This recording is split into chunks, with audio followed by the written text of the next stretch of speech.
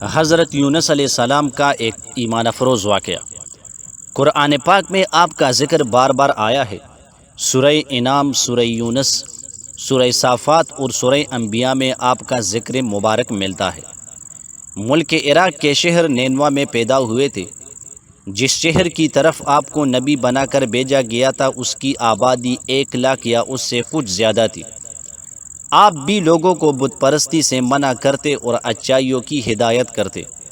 اس بات سے آپ کی قوم آپ کی دشمن ہو گئی۔ آخر قوم کی بار بار مخالفت سے تنگ آ کر آپ نے فرمایا کہ اب اللہ کا عذاب تم پر آ کر رہے گا، اور یہ کہہ کر بستی سے باہر نکل گئے اور اللہ کے عذاب کا انتظار کرنے لگے۔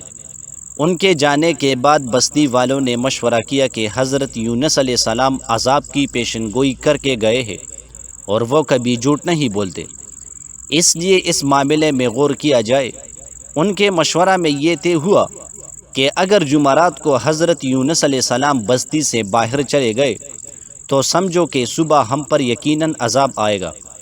چنانچہ انہوں نے دیکھا کہ حضرت یونس علیہ السلام رات کو بستی سے باہر نکل گئے اور صبح کے وقت عذاب کے آثار ظاہر ہونے لگے تو ان کو یقین ہو گیا کہ اب ہم ہلاک ہونے والے ہیں۔ یہ دیکھ کر حضرت یونس علیہ السلام کو تلاش کیا کہ ان کے ہاتھ پر ایمان لے آئے، مگر جب ان کو نہ پایا تو خود ہی خالص نیت کے ساتھ توبہ اور استغفار میں لگ گئے۔ بستی سے باہر ایک میدان میں نکل آئے۔ عورتیں، بچے اور جانور سب اس میدان میں جمع کر دیے گئے اور ٹاٹ کے کپڑے پہن کر عجز و زاری کے ساتھ عذاب سے پناہ مانگنے میں اس طرح مشغول ہوئے کہ پورا میدان آو بکا سے گونجنے لگا۔ اللہ تعالیٰ نے ان کی توبہ قبول کر لی اور ان سے عذاب ہٹا دیا۔ ادھر حضرت یونس علیہ السلام بستی سے باہر اس انتظار میں تھے کہ اب اس قوم پر عذاب نازل ہوگا، مگر عذاب نازل نہ ہوا۔ قوم کے توبہ و استغفار کا ان کو علم نہ تھا، اس لیے ان کو یہ فکر لاحق ہوئی کہ اب اگر میں اس بستی میں گیا تو مجھے جھوٹا قرار دے کر قتل کر دیا جائے گا، کیونکہ ان بستی والوں کا قانون یہی تھا کہ جھوٹے آدمی کو قتل کر دیتے تھے۔ اس بنا پر حضرت یونس علیہ السلام نے یہاں سے ہجرت کرنے کا ارادہ کر لیا اور شہر سے باہر نکل کھڑے ہوئے اور چلتے چلے گئے، یہاں تک کہ بحر روم کے کنارے پہنچ گئے۔ وہاں ایک کشتی جانے کے لیے تیار تھی، اس پر سوار ہو کر روانہ ہو گئے۔ جب کشتی بیچ سمندر پہنچی تو رک گئی۔ ملاح نے کہا، اس کشتی میں کوئی غلام ہے جو اپنے مالک سے بھاگ کر آیا ہے، جب تک وہ نہیں اترے گا کشتی نہیں چلے گی۔ حضرت یونس علیہ السلام بول اٹھے کہ وہ بھاگا ہوا غلام میں ہوں، مجھے سمندر میں ڈال دو۔ اور یہ اس وجہ سے کہا کہ حضرت یونس علیہ السلام نے ہجرت کرنے میں اللہ کے حکم کا انتظار نہیں کیا تھا، خود ہی ہجرت کرنے کا فیصلہ کیا تھا۔ یہ کام اگرچہ فی نفس جائز تھا، مگر انبیاء کی شایان شان نہ تھا۔ کشتی والے چونکہ آپ کو جانتے تھے، اس لیے آپ کو پانی میں ڈالنے پر تیار نہ ہوئے اور کرا ڈالنے کا فیصلہ ہوا۔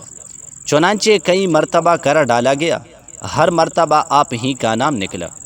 لوگوں نے آپ کو دریا میں ڈال دیا۔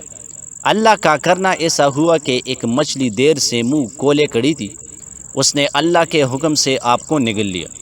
لیکن حضرت یونس علیہ السلام برابر اللہ کی پاکی اور بزرگی بیان کرتے رہے۔ اگر آپ اللہ کی پاکی اور بزرگی بیان کرنے والے نہ ہوتے تو قیامت تک مچھلی کے پیٹ میں رہتے، مگر اللہ تعالیٰ بے حد مہربان اور رحم کرنے والے ہیں۔ وہ ہر توبہ کرنے والے کی توبہ قبول کرتے ہیں اور ہر پناہ چاہنے والے کو پناہ بخشتے ہیں۔ حضرت یونس علیہ السلام اللہ کی مرضی معلوم کیے بغیر بستی چھوڑ آنے پر شرمندہ تھے، چنانچہ پانی اور مچھلی کے پیٹ کے اندھیرے میں ہی پکار اٹھے، لا الہ الا انت سبحانک انی کنت من الظالمین۔ اے اللہ، تیرے سوا کوئی معبود نہیں، تو ہر عیب سے پاک ہے، بے شک میں قصوروار ہوں۔